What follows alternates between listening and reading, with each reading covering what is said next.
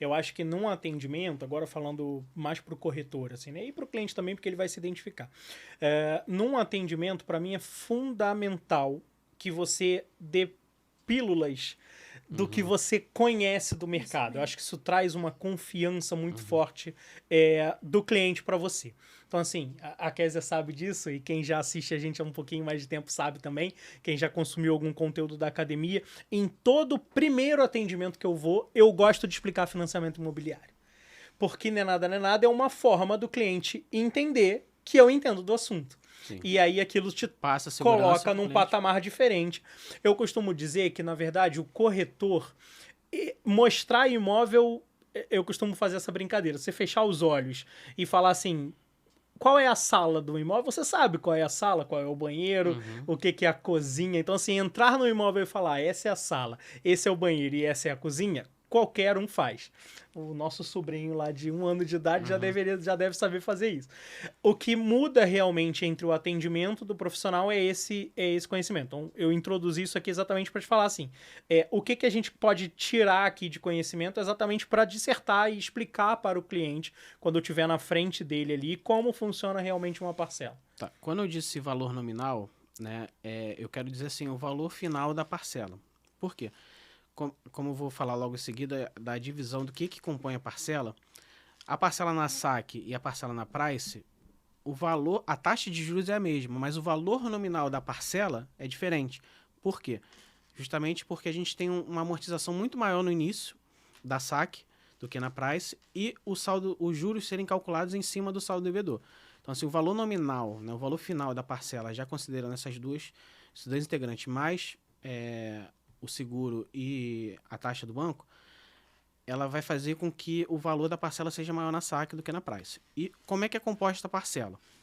A parte de amortização, que é o que efetivamente você está tirando do teu saldo devedor. Saldo devedor é o que você contratou com o banco de financiamento. É o que você ainda deve É o para que o você banco, deve para digamos o assim. banco. Depois a gente tem 2 seguros obrigatórios. Então, assim, não pode, eu não quero seguro. É venda casada. Não, é obrigatório, está na lei. Danos físicos ao imóvel, que a gente chama de DFI.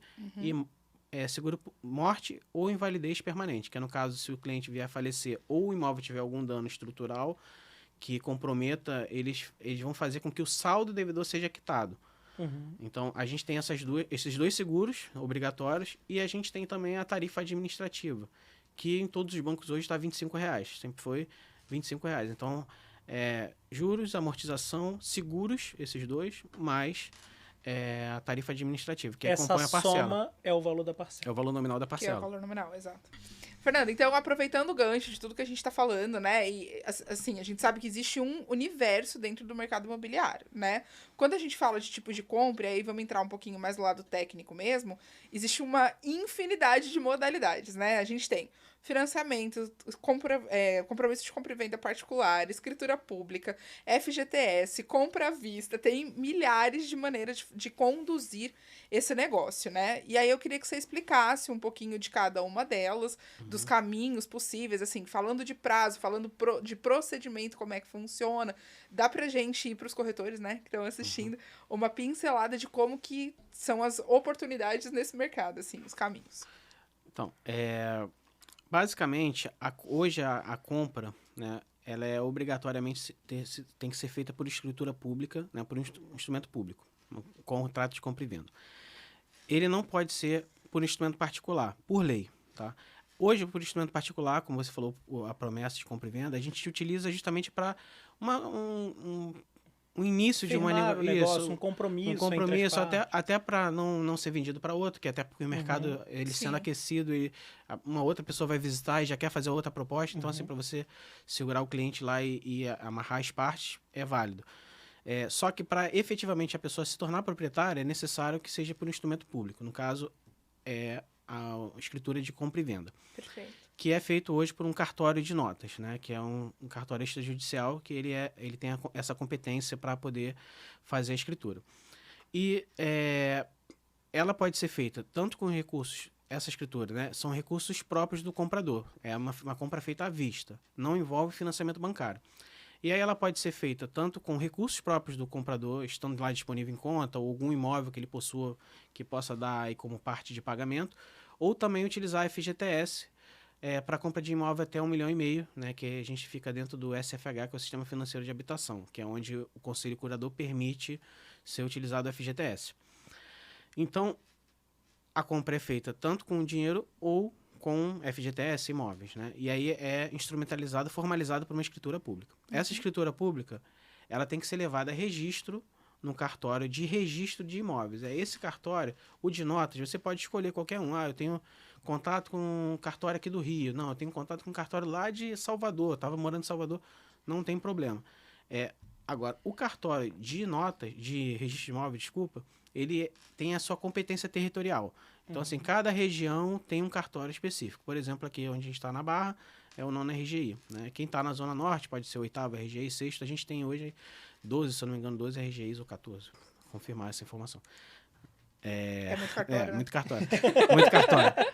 Mas, se eu não me engano, são 12 ou 14, mas por aí.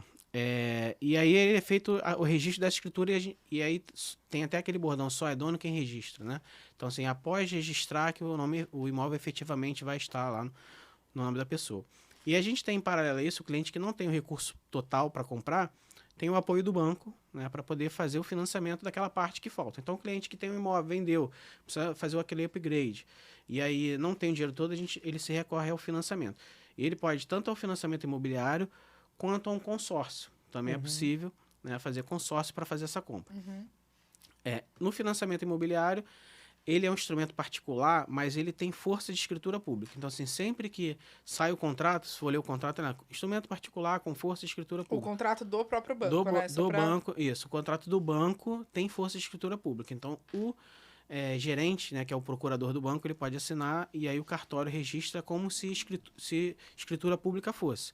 Então, assim, tem muita gente que tem dúvida. Por exemplo, comprei com financiamento, terminei de pagar, preciso fazer escritura definitiva, que tem esse jargão, né? Escritura definitiva, que é a escritura pública. Não precisa.